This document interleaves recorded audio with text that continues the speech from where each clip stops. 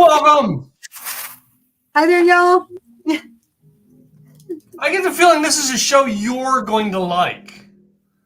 I don't know what. And I better honor that. I get that feeling. I just get that feeling.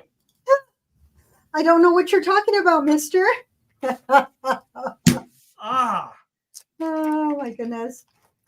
Well, welcome back. I know we weren't live last week. We played a recording. All right. We just had some stuff come up. But this week here, we are on episode 97, ladies and gentlemen. And this month this week, we're going to talk about this month. All right. Especially last Friday. All right. Was International Women's Day. It was. International Women's Day. Well, what would we be celebrating on International Women's Day when it comes to drinking food? No, it is not that I forced my mom to cook. No, first of all, no, that's not it. That Craig, you got your mama to cook? Hey, I'm lucky I had a mom that cooked.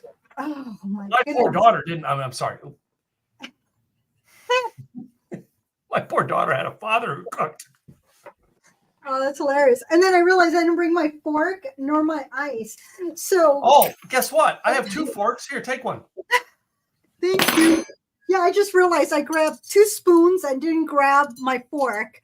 I have my knife. I actually have 2 knives. I'm good there, but I'm like, where's my fork? And I don't have a fork, so I have to grab a fork. But before I do that, I do have to share some information because there's a lot of history that I was like, oh my goodness, there's always history on stuff, and that's kind of part of the fun. But do you know why they made it, on March 8th to be International Women's Day? Well, my mother has told me this her entire life, so I know this. I've got this memorized. Well, International Women's Day was a global celebration of economic, political, and social achievement. And the first time it took place was on March 8th, 1911. Mm-hmm. The first time.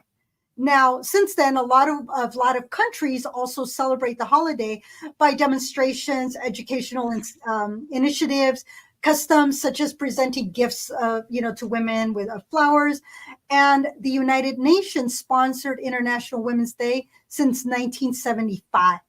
So it has been around for a little bit, and it's like when it goes back to 1911, I was like going, "Oh my goodness, this is so cool." But that's not what my mom told me.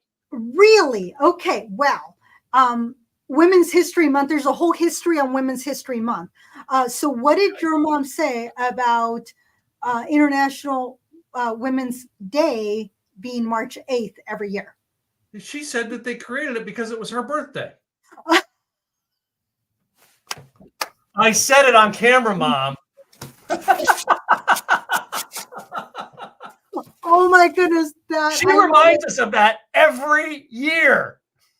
I love it. This has been a light bulb moment. So that is hilarious. Love your mom. Uh-huh. It just goes to show you, all right, the serious side of the show is Gladys. The joke side is Tim. Oh my goodness. Well, so that's international, so it's because of your mama. So it's been around not as long as, fortified, that she's the one that solidified that day. So perfect. So Women's History Month, that's a little bit newer. That started back 1978 in Santa Rosa, California. So it was an education task force there in Sonoma County, one of the commissioners, that she wanted to salute women in general, and she planned a Women's History Week. So it wasn't just a day, it was a week. And that was the week of March 8th in order to correspond with your mama's birthday and International Women's Day. And so there was a local teacher. She's the one that ran everything, she's the driver of it. But they highlighted women's contributions in American history and culture and society.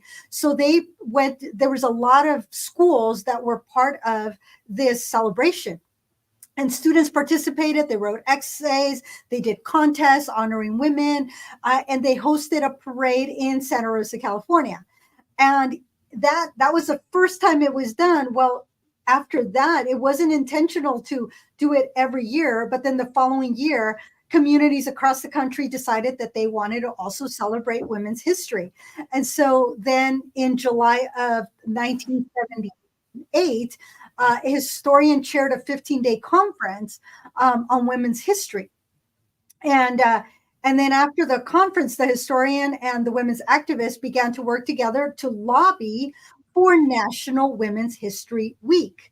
Well, then in February of 1980, President Jimmy Carter issued the first presidential proclamation declaring the week of March 2nd through March 8th of 1980 as National Women's History Week.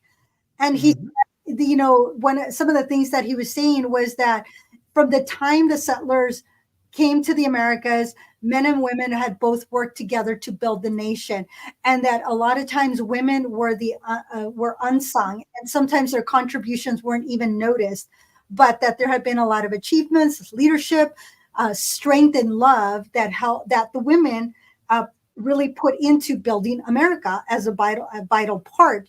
And so he wanted to honor women. Then 1981, where it was a co-sponsored resolution by a Republican and a Democrat, Senator Hatch from Utah and Senator Mitulski from Maryland. They worked together to put this proclamation into place, and Congress approved the resolution in August of 1981. And then they requested President Ronald Reagan to issue a proclamation in observance of Women's History Week with the appropriate ceremonies and activities, as they called it. And then it wasn't until 1987 that the Women's National History Project, they petitioned, and Congress passed another publication that was proclaimed March of 87 as Women's History Month. So it took, so it took 6 years from the time it went from Women's History Week to Women's History Month. And so it's really an observance and the highlight of the contribution of women to events in history and in society.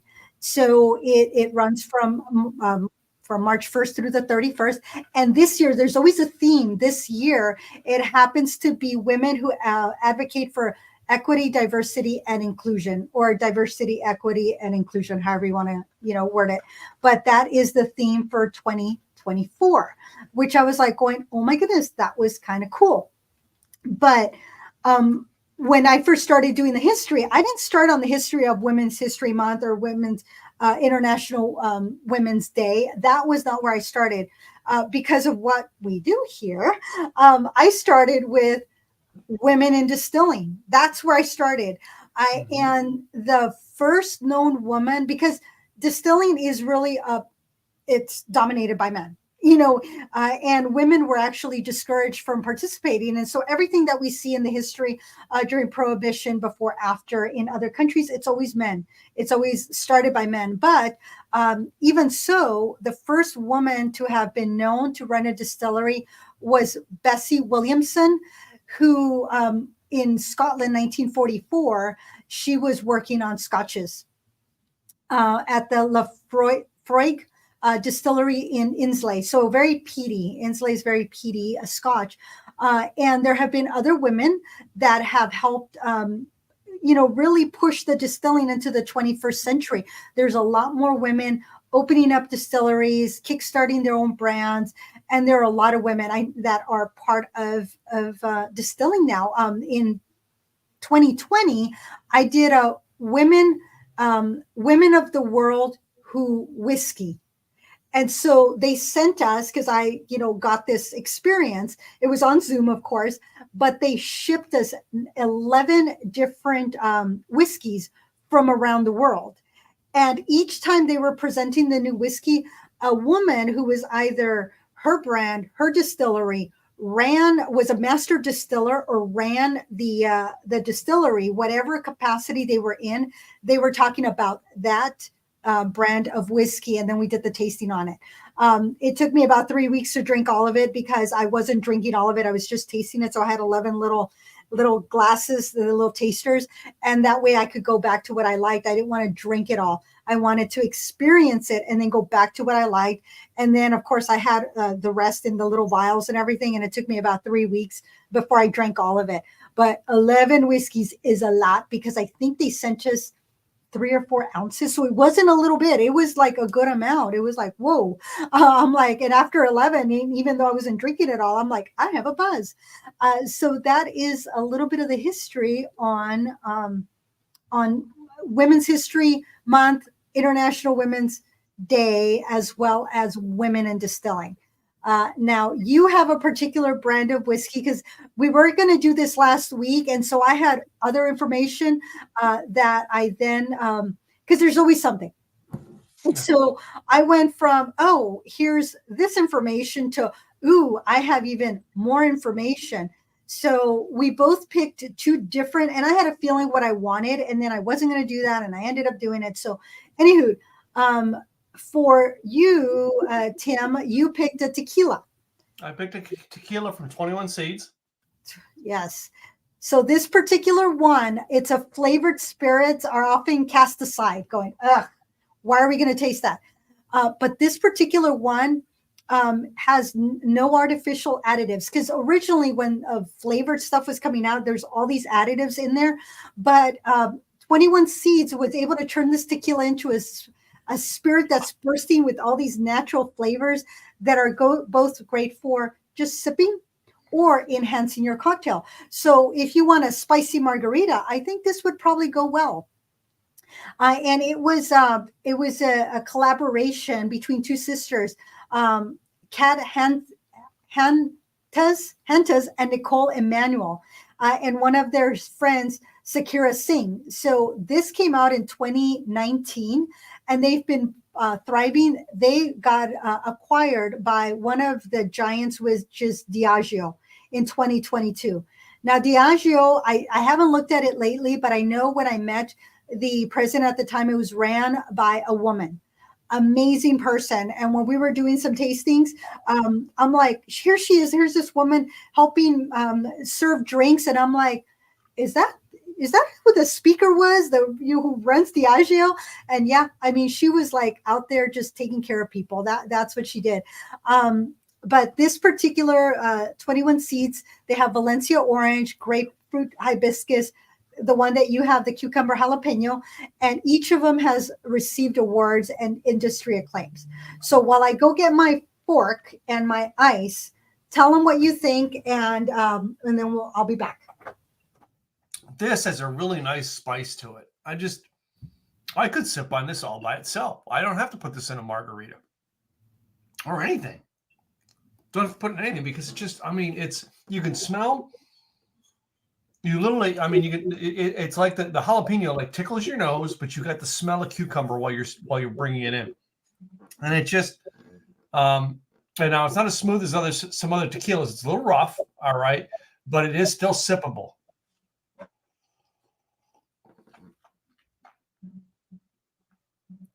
And as it rolls back my tongue, I get most of the taste onto it still on the roof of my mouth and not on my tongue. I don't know why, but it seems like all the flavors probably that they want to go up to the roof of my mouth, not my tongue. But now that I swallow it, yeah, I can feel it on the sides of my tongue. I'm telling you guys, it's a really good roller. Rolls right down the tongue. Oh, good to hear on that. So I ended up with, because I was debating what I wanted to present today. I was like, I thought Freelance Spirits because I like their bourbon, and I was thinking I do have a bottle of their gin because the bourbon's long gone, the last one I got. But I thought, you know what? Freelance Spirits, we've had them on the show. I then thought, well, who do I know that's a female that has a spirit? And then I thought, oh, well, let's see now. Trail Distilling is woman owned. Mm-hmm. And then I'm like, it's my gin. So I thought I'm going to present Lady Gin Gin. This was last week. So this was what I was getting ready to present last week. was Trail Distilling, because they even won Women Distillery of the Year in 22, I think it was. They've won numerous awards for their gin. They have a really good gin. They have one that's City of Roses gin. They have one that's more citrus forward, and then they have their traditional dry gin. So that's what I was going to do. However, on Friday, I get this notice from Freelance Spirits, because of course I'm on their list, and they had a particular barrel rested Old Tom gin that it was a special release. They hadn't talked about. They were teasing there was going to be a release, but they didn't say when. Well, they said when. They didn't say what.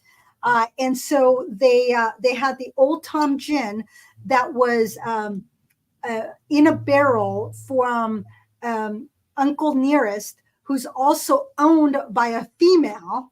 And so they distilled it for 6 months in Uncle Nearest whiskey barrels, and hence this gorgeous color.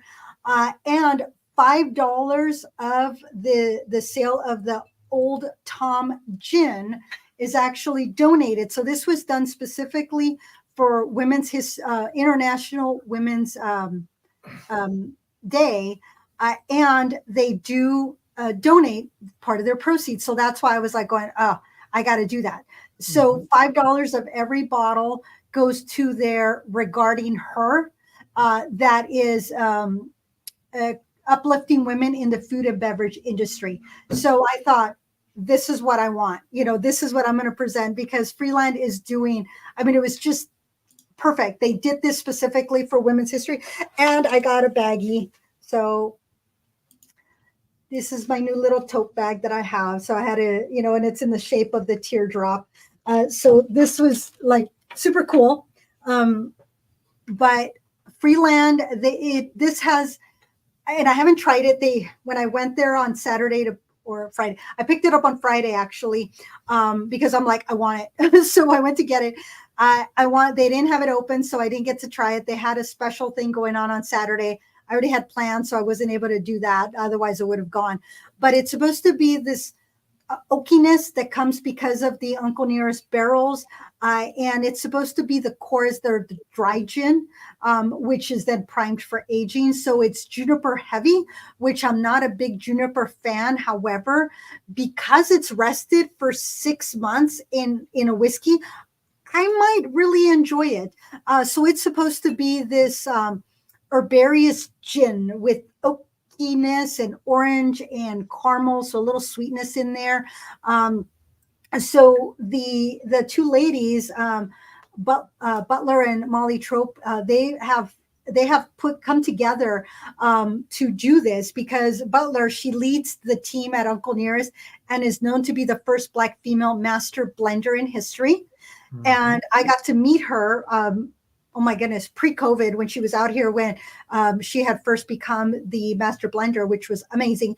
And then Molly Trope, who's the youngest female master distiller in the world, and she's the one from Freelance Spirits. So her, I still need to meet her. I haven't met her. And I'm like trying to get a hold of being able to talk to her, because she's amazing. But each of their bottles is uniquely blended, and they want to bring in tradition and innovation. And not only is Freelance Spirits, the owner is female, the master distiller is female, it is 100% woman ran.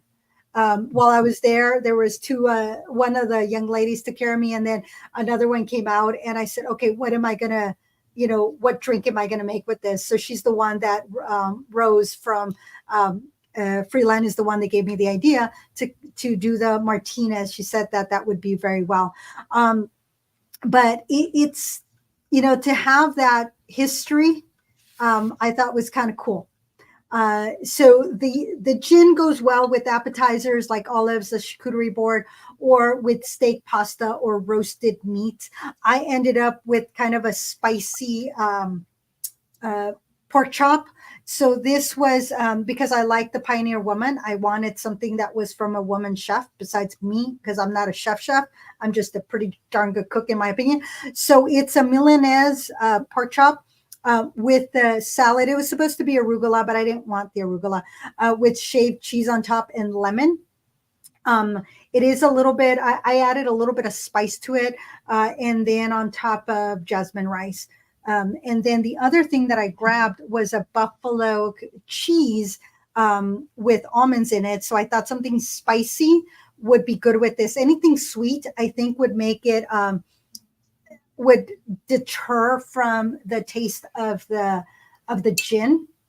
So I went with spicy and a little bit stronger flavors to go with it. So that's what I went with. And what were your foods?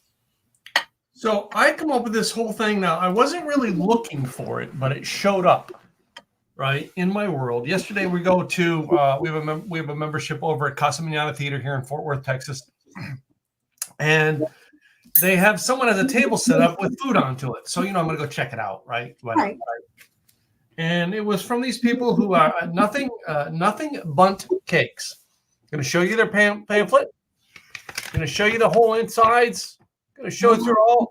All right. I'm even going to give you their website because I'm like, that's just how good they are, right? Their website is on the bottom right there.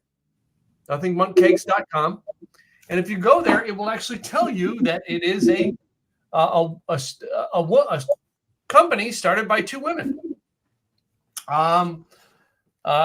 Dina and Debbie founded Nothing But Cakes in their Las Vegas home kitchens. All right. And it has now grown to over 500 bakery locations in 40 states and in Canada, becoming the nation's largest specialty cake company. All right. And that takes a lot because there's a million cupcake companies out there, right? Right. Yeah. These guys here, they just happen to be, the Fort Worth one just happened to be there yesterday selling. We bought a couple of them. Oh, I want to see. I got me. All right. What man would not get red velvet cake? Oh, show the top. Oh, that looks pretty. Yeah. So the top, there we go. All right. And they're still in the container. I haven't even, and the second one is the strawberries and cream. Oh, hold on one second. I need to get a picture of that. So There you go. So like Nothing But Cakes is getting shout outs tonight. And they don't even know it. They have no clue, right? Just like 21 Seeds got a shout out tonight and they have no idea. I did tell Freelance Spirits. That is so cool. Those are the fun times. So I'm sure that my pork chop has gotten a little cold by now. But in case you all didn't know, you can eat pork cold. It is okay. It is okay. So don't freak out like, oh my goodness, it's my pork is cold. It's okay. This is really good moist cake.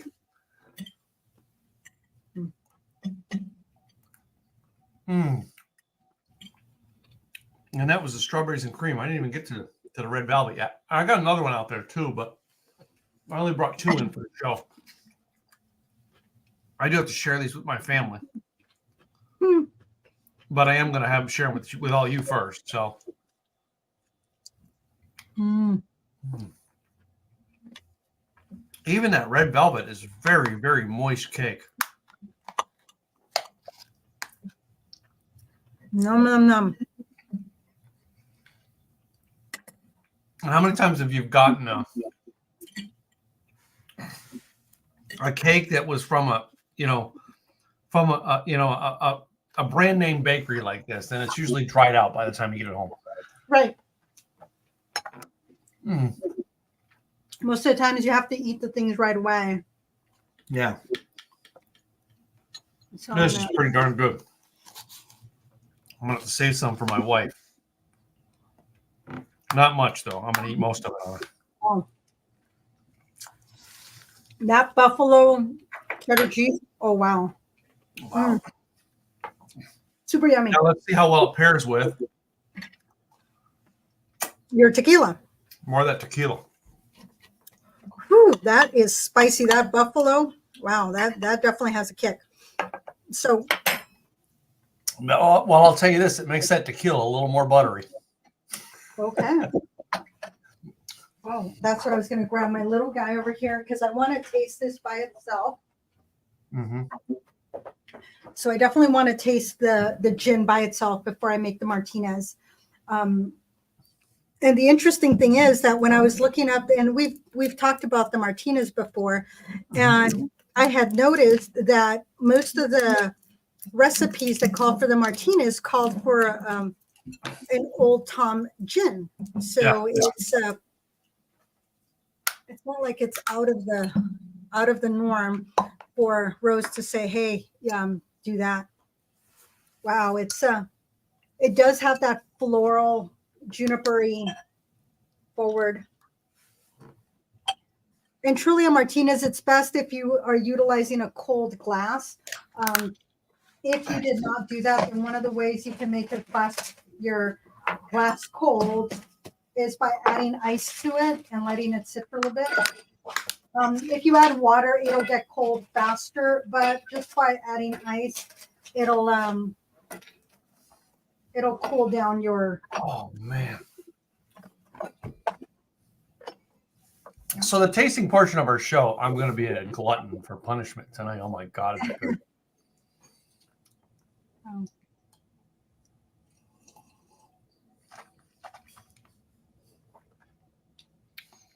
Wow.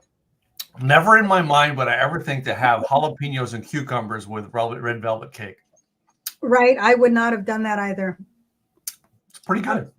I'm thinking carne adobada. I'm thinking tacos, enchiladas, something that's tostada, something fresh, either spicy or fresh, or a combination. A guac. No, I'm going to be honest with you. All right. I would rather be eating me some of those tacos from over there, Fuzzy's Tacos, with this right now. Or you know what tacos would go really good with this? I remember that guy who used to come around and make tacos out of the trunk of his car when I worked at the car wash.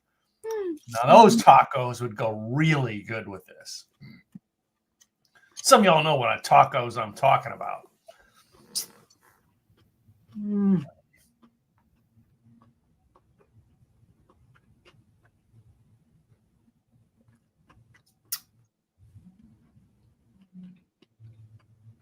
That's a good balance. Yeah. Because there was a little bit of lemon on the salad with the cheese, and the pork. It went well. Well, but I want to try it now with the buffalo. Oh, you know what we had last night that I probably would have been great to add with this? So, and we usually get, when we do this, we usually get a Riunini wine. All right. But we had taco salad. Gwen makes her own, like she'll put a thing of ground beef in and cook it up. She makes her own taco mix. She doesn't buy a taco mix.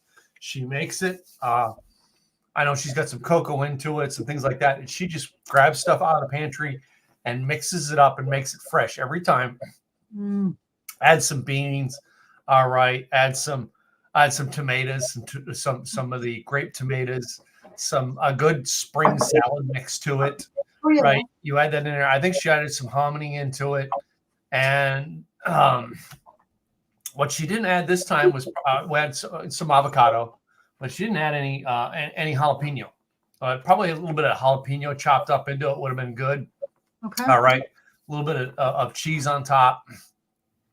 And then you pour some salsa over it. And, you mix all that together and pour some salsa over it. And then you just throw some chips in there and eat it like a salad. And I'm telling you, this would go good with that. But usually Gwen and I we have a Riuniti. It's a Riuniti wine that we actually have with it. It's a very cheap, inexpensive wine you get from like Kroger, all right, or Ralph's. Okay. Has it. Maybe Tom Thumb would have it too. Things like that. So, yeah. So this the Martinez calls for 1.5 ounces of Old Tom gin, 1.5 ounces of sweet vermouth, or you can do a combination of sweet vermouth and dry vermouth, but definitely more sweet vermouth. So 3/4, 1/4 sweet vermouth to dry vermouth. It also calls for Luxardo maraschino liqueur. So it's 1/4 of an ounce. So it really truly is just like a teaspoonful, because this stuff is strong. So it will definitely kick your butt if you are not careful with it. So this one is a maraschino liqueur. It has Angostura bitters, but you can also do a combination of Angostura as well as orange bitters. So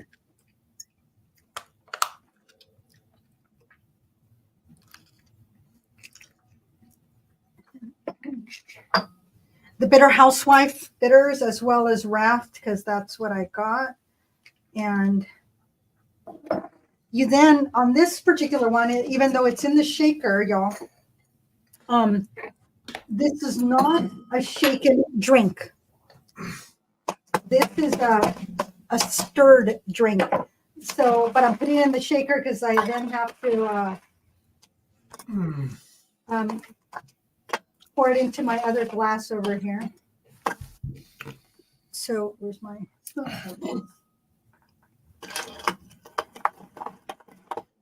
I need to get one of those glass stirrers, the ones that are kind of, it looks like a... Well, you know me, I got my big spoon for stirring. I just don't have it in here tonight because I wasn't thinking about stirring. I'm kind of glad. So I was going to use this. There's a guy, Adam, used to be at the liquor store we used to go here. All right, Adam's not there anymore, but he turned me on to this Kisso Citrus margarita mix. Of course, this one here is outdated. All right, the used by 11/8/2023. So I tasted a little bit of it. All right, I mixed it with it first, and that one got put off to the side because it really did not taste too good. I will be pouring that out tonight. Yeah. But I thank you, Adam, for giving it to me. I know Adam he doesn't work at the liquor store. Who knows if he watches our podcast anymore? He used to play our podcast in the liquor store, but anyway. Aw, that is so cool. Wow. So I'm going to look at this beauty of this Martinez. Oh, some call for lemon, others call for orange peel. I'm going to go with orange just because that's my preference. But, whenever I like to get some of those oils out there, and some folks just put it in like this, others put it within. So I'm going to get a picture of it here because I think that looks, well, I don't know how I feel about that. Let me let it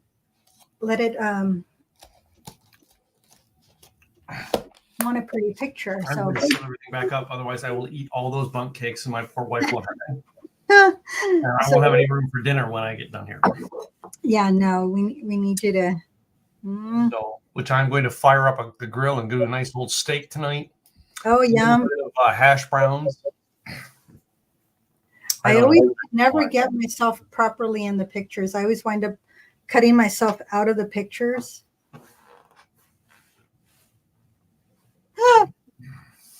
I gotta make fun of her picture taking. Yes. So this is a Martinez. So there is.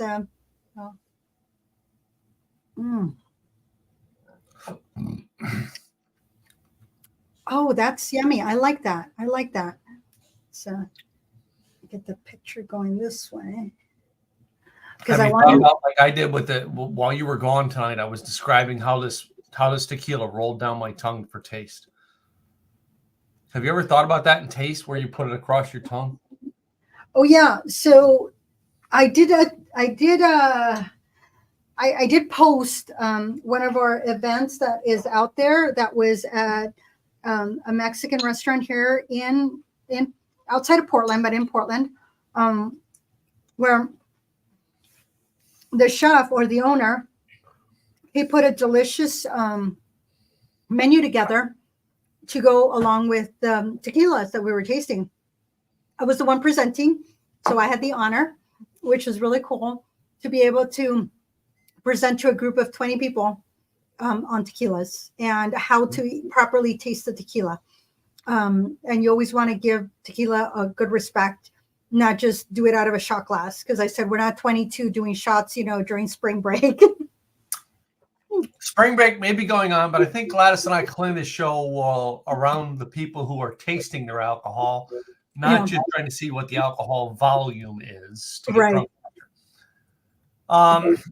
So I'm just, as we go through now and talk about our weekend, I'm curious what you did over the weekend. But while you're tasting, I'll tell you something we did. We go to Casa Manana for the show, but usually we go Saturday night and we stay at a hotel and go visit the bar and then go up Sunday morning to a place called Mashed, which is the moonshine bar that I've told you about. Here we have here. Well, we went to the moonshine bar, and of course, the first thing I get is their Bloody Mary. They have a very kick-ass good Bloody Mary.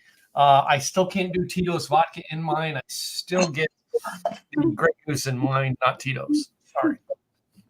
Just can't do Tito's vodka. Then I said to him, I says, do you have some of that American-born original? And he says, well, yes. Yeah, we do. So, of course, I always have 2 bottles of American-born here, as well as I have 1 bottle left of Tim Smith's Climax Moonshine. But I said, let me get one. And I'm about halfway through sipping on that. And this wonderful guy, his name was Jake. I appreciate Jake. He was a really good kid. All right, I'm sipping on it. Oh, man, that's good. And he goes, I usually get my moonshine with some flavors. I'm like, I don't do flavors in my moonshine. I like it all by its lonesome. To which I sat there and sipped on it. I smelled onto it. I'm like, oh my gosh. Like, you know that springtime, you can bring in you can smell the flavors in it. Mm-hmm. And I took a sniff of that moonshine yesterday, and I swear I could smell the sugar added to it. I could smell the corn. All right. I could smell the barley in it. Oh my God. That was the best joy of my morning, to which I went through and drank so much that Gwen had to drive us over to Casa Montana. I couldn't. And Gwen's like, I got my man a little tipsy. Yeah, you were thoroughly enjoying it. I was. All right. When you can actually taste, like I was describing this, I can still smell, by doing this, the cucumber and the jalapeno. Right? That's where you enjoy what you drink. When you can sit there and go, you can almost get high off the fumes, because the fumes are hitting you, but they're smelling so good. 21 Seeds, man, you guys give me tonight, because I'm telling you, I can smell a jalapeno and cucumber both when I just take a smell, not a taste. I don't even have to take the taste to get all the flavors you've incorporated in that tequila. Mm-hmm.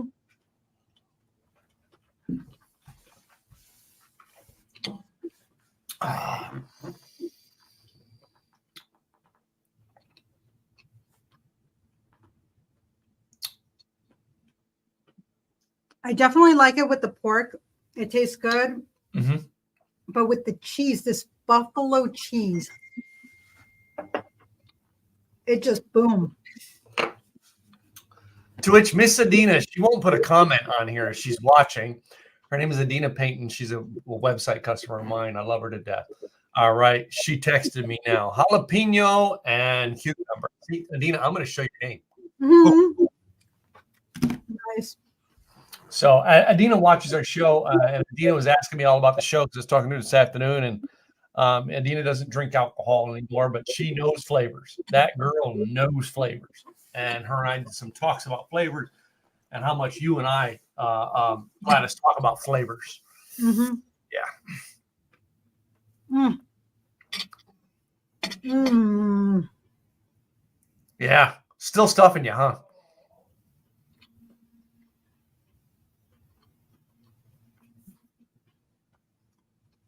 Everything I've ever cooked from the Pioneer Woman, mm-hmm. I've never been disappointed. See, and we didn't think about that. When you go into International Women's Week, there are so many things out there that you could grasp from for a theme. I think about it. You think about theme parties. You could do International Women's Day theme party. There is 1,000,001 blogs with women who cook or come up with recipes that are original.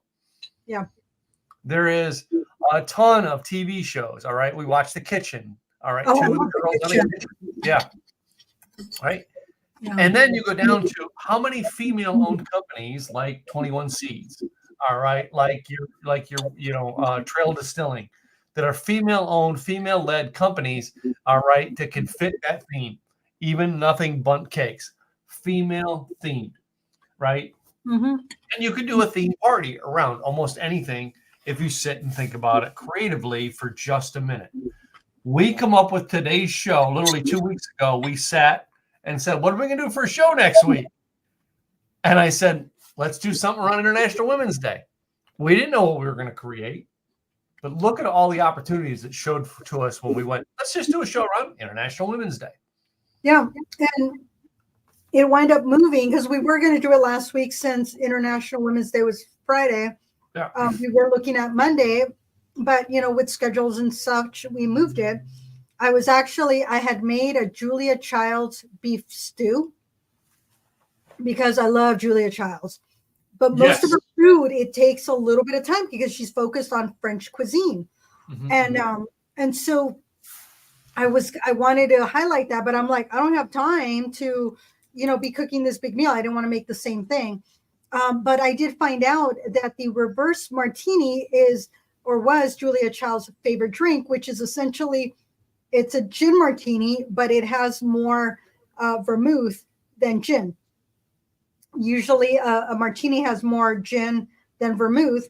She has it upside down or reverse. So she calls it because it has more vermouth than the gin, because she wants to balance out the flavors where you get more of both the vermouth and the gin coming through versus the alcohol burn of a gin. So that was, and then of course it has a splash of bitters in there. So I was like, oh, well, had I known this last week, I probably would have done a reverse martini in her honor. But since I had the Old Tom gin, I said, no, I'm going to go with the Martinez in this case. And it is absolutely amazing. I don't know that the Old Tom gin would be the best martini. I think the dry martini, and as I was looking and saying, oh, what, and I thought I knew what a reverse martini was, but I was looking, and Freeland Spirits gin, dry gin, was one of the options that they suggested. And I was like, Freeland's just all over the place. So I opted not to, although I do have the dry gin at home. I wanted to really highlight the limited edition Old Tom gin, especially because $5 goes to a good cause. So give it back. So that's kind of cool. And this is really cool because the bottle actually says Freeland, Portland, Oregon. You can see it right there. So you can actually feel it. It's raised. So it's just, they're really good at, their gins are really good. And I'm not, again, I think I've mentioned, I'm not a big gin drinker. I was impressed with this. I was like, wow. And I think having it sit in a whiskey barrel for 6 months, that added a little bit of character and flavor to it that I thoroughly enjoyed. And even though it was supposed to be that juniper forward, it being in the whiskey bottles toned it down, and then turning it into a Martinez, super yummy. I like it. I like it. So I'll have to open up a bottle of the Lady Gin and do that, but not just yet. I'm like, it's the precious. I don't want to open it. Yeah. So I knew. All right. So yeah, you talk about Julia Child's, the beef bourguignon recipe. Right. Gwen does that quite a bit. Yeah, that's the one that I want to try. But as we were going to International Women's Day, I swore I watched a documentary that there was a major food company that had a female leader for a long period of time, and I found out it was true. All right. It was the General Foods Corporation, was led for a long time, all right, by Marjorie Mayweather Post. Okay. All right. And this was like in 1914. Wow. Like, women didn't own companies back then. They weren't allowed to, but she led what is now General Foods and the Post Company, what started out as a Post Company, to General Foods and buying a Bird's Eye and things like that. She led in running that company to where the success was through the early 1900s. And I remember reading about that story somewhere, and I looked everywhere for it. I'm like, I know. I finally found it. So anyway. That is very cool. Yeah. So when it comes to food and drink, there are some great leaders, women out there, all right, who created great foods, great, all right, not just your cooks like Julia Child, but great food founders like Marjorie Mayweather Post, all right, and then like the distillery tonight, like Trail Distilling, all right, and 21 Seeds, which we have both shown you examples of tonight. So yeah, the other thing about Julia Child, she grew up in Pasadena, California. Yep. I was like, I did not know this. How did I not know this? So that was kind of cool to find that out.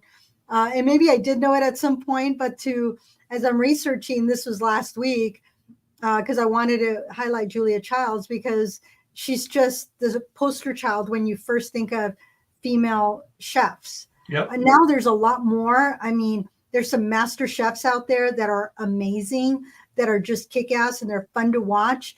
But Julia Childs, she was doing something so different that others were not doing. And she just had a way about her. But, she wanted to, hey, it's all about the French cooking. But yeah, from Pasadena, California. Who knows when you start something where it may go, and you look at what it did for her. So, all right, I want to, pour a little bit more in here as we give our final toast and talk about things to the women who've done great things in both alcohol and food. So, but anyway, any special thank yous on your end? To Rose at Freelance Spirits for the idea of the Martinez. That was perfect. That's, it was, and then of course for Sean, because on Friday I'm like, I was working, and he was doing stuff that he needed to get done. And I said, well, I wanted to go get this Old Tom gin. And he's all, well, can you go by yourself? I said, well, absolutely. He goes, you want to make an outing of it? And I'm like, yeah. Yep. So, yeah, but I usually don't do that on Fridays because I work. And so he's all, let's do it. So we took off into downtown Portland, picked it up. On the way north, we're like, okay, we just grabbed something, and then we had lunch back at his place, and then he got to doing stuff, and I went back to work. So we took about 2.5 hours of our day, took Maverick with us, and just got to do something different in the middle of a Friday that we normally wouldn't do, because I'm like work, but because of this Old Tom gin, I got out of the house, and I actually gave, a couple of hours, 2.5 hours of my time to go explore and do something fun. So that was kind of fun. So that's where I'm at right now. So it's, other than that, cheers to all women. All right. We want to salute to them tonight. With that being said, before we close our podcast out tonight, there's a couple things we got to do. We got to do the homework first, right? First, if you've not looked into it, all right, we've put together an Insiders Club. Go to likethewayyoudrink.com. All right, there is a button there that says join the Insiders Club. You must be 21 years of age to join. It's going to ask you for your birthday. Please put that in, or we will not let you join. All right. Even when I went to 21 Seeds website, they asked me for my birthday, ladies and gentlemen. Yep. It's a system that they have to have in. We have to have it in order to communicate with you. I know, because I had wine delivered over the weekend. All right. And I have to sign for it. Somebody over 21 has to sign for it. Right. That's the way we got to be. Anyway, but go check that out. Likethewayyoudrink.com. Must be 21 to join. We've got some great things going on and coming up. All right. As well as some alcohol that we are having distilled just for the Insiders Club. So go check that out. Shout outs of any time. We gave our shout outs kind of. I'm shouting out to the people at Nothing But Cake. Right. You guys hit the spot in the right spot at the right time. I appreciate you guys. So other than that, this show is brought to you every week, ladies and gentlemen, by Gladys and me. Our businesses pay the bills to make this thing work every week, ladies and gentlemen. Granted, we have a lot of fun doing it. Just saying. We have a lot of fun doing it. But we're going to give a shout out to our businesses right now, because our businesses is what pays the bills. All right. And in radio, somebody's got to pay the bills. So first bill we get to pay. Gladys, tell them about your business. Gladys Boutwell Insurance by Design, helping employers become the employer of choice, because there are 101 different ways. This is my new book that's coming out, 101 Creative Ways to Attract and Retain Quality Staff. We will let you know, or I will let you know once it's going to be out here. But I help employers become that employer of choice through providing benefits. Now, there are so many different ways that you can provide benefits to your employees that will make them even more productive, which hits the bottom line, because if you treat your employees well, they're going to treat your clients well, which means return clients, which means bottom line, you're going to make more.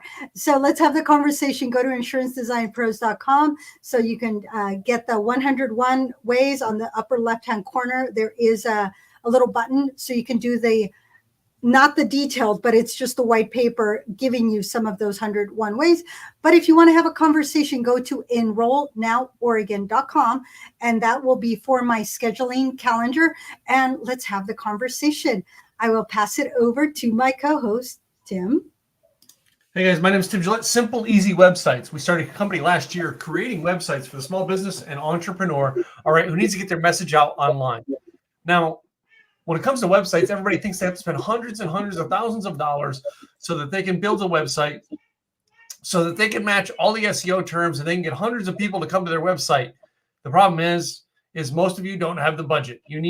First of all, you need a website up.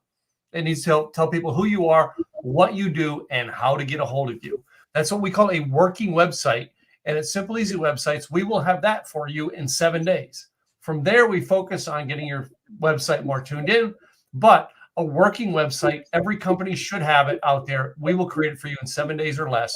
All right, go to simpleeasywebsites.com, book an appointment with us. We'll be glad to share with you how we can help you, or we'll give you a feedback on how your current website can be better.